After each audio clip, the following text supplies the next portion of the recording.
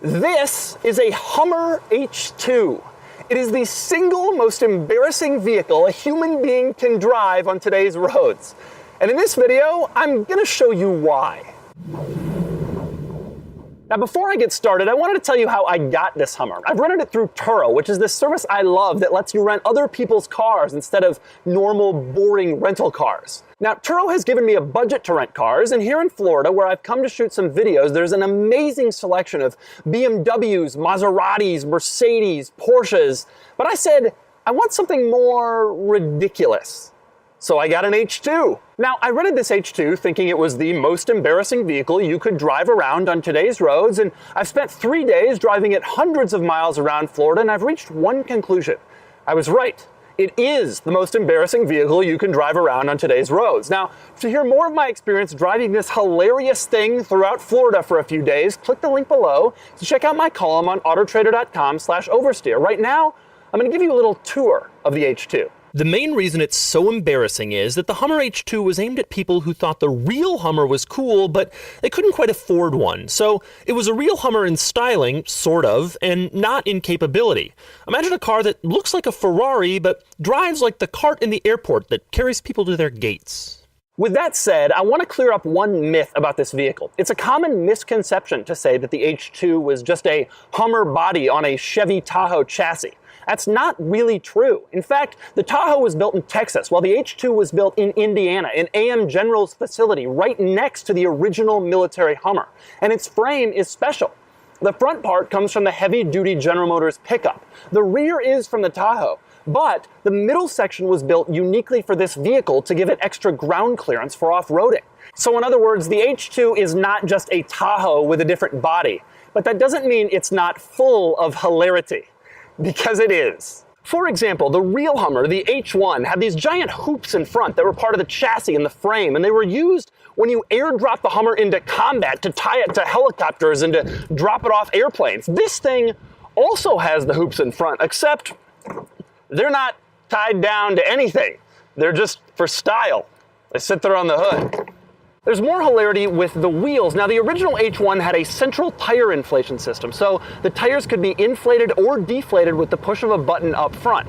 As a result, it had a little cover over the wheels to hide the tire inflation system so that it didn't get grime or dirt in it. And it gave the car kind of a muscular, cool, military look. Now, the H2 didn't have the advanced central tire inflation system. It just had normal wheels and tires like a regular car. But General Motors decided that it would keep the little cover on the wheels purely for style, to cover up the central tire inflation system that it didn't actually have. So there they are, looking cool, finished in chrome.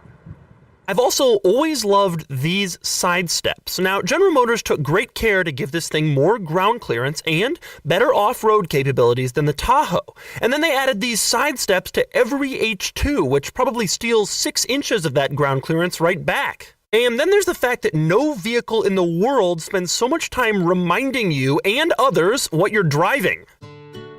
Hummer. H2. H2. Hummer. Hummer. Hummer. Hummer. Hummer. H2. Hummer. Hummer. Hummer.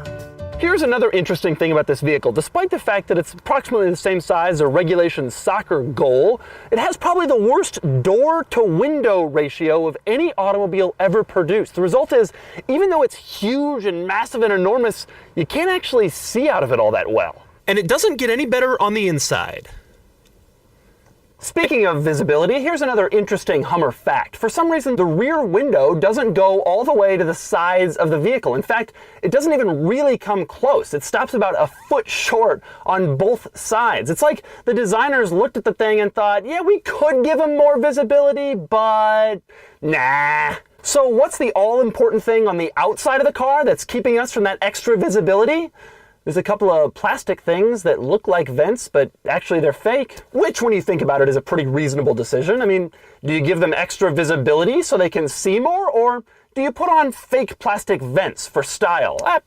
It's a toss-up, really. Another thing I always loved about this truck was its transmission lever. It's the kind of transmission lever that a child would put on a Tonka truck if they brought it to real life. It's big and it's burly and it's muscular, and shifting into gear you feel like you're doing something. Except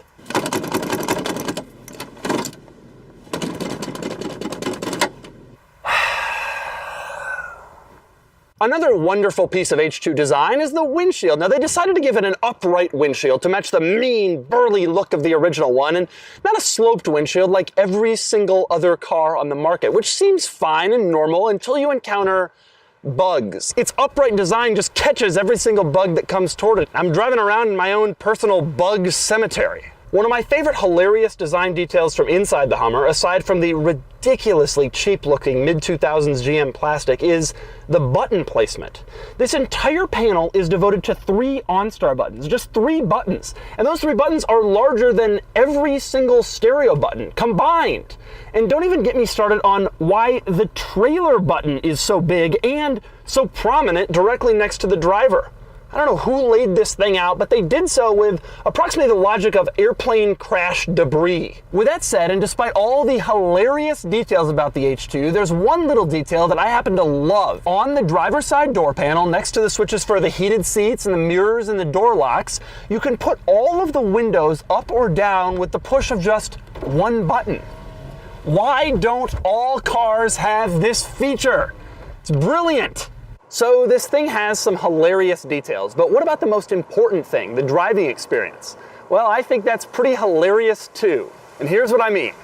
The thing that you instantly realize when you start driving this vehicle is, probably unsurprisingly, that it is quite large. The visibility is just so weak. All the windows are so narrow to give it kind of this style that they were going for. Now, another thing that a lot of people don't realize is that this Hummer doesn't have even the engine from the Chevy Tahoe. It's bigger, it's more powerful. You'd think that would help. It does not. The Hummer does 0 to 60 in something like 10 seconds if you have an early one, or like 9.5 if you have a later one. The amount of play in the steering is just unreal. I can go 3-4 inches before it even starts to do anything. It just sort of shakes a little bit when I'm doing that. It doesn't feel pillowy riding around in this car. The ride is actually fairly harsh considering what it is. There is an immense amount of body roll. This thing floats and pitches and rolls, and you're like, oh! There are just acres of space in this vehicle, everywhere. Acres of space and acres of cheap General Motors plastic. The other thing that you're constantly thinking about driving this car is how you're perceived. You don't really feel superior to everyone on the road, which is sort of the point of a vehicle that looks like this, because nobody takes you seriously when you're in this car. People look at you and they're like, H2, I can't believe it. When I picked this car up at the airport, it said the average lifetime fuel economy was 11.3 miles per gallon.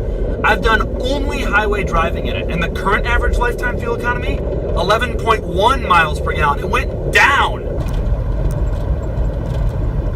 There is a wide array of rattles and shakes from virtually everything. It really somehow manages to take some of the worst things about the old H1 and the worst things about a full-size SUV or pickup and really combine them into one without giving you any of the benefits of any vehicle that you might actually want to be driving. So there you go. You've seen all of the H2's crazy details, and you've heard about what it's actually like to drive this thing on the road. And now you can know for sure that this is the single most embarrassing vehicle that you can drive today. Although, I suspect you didn't really need me to tell you that.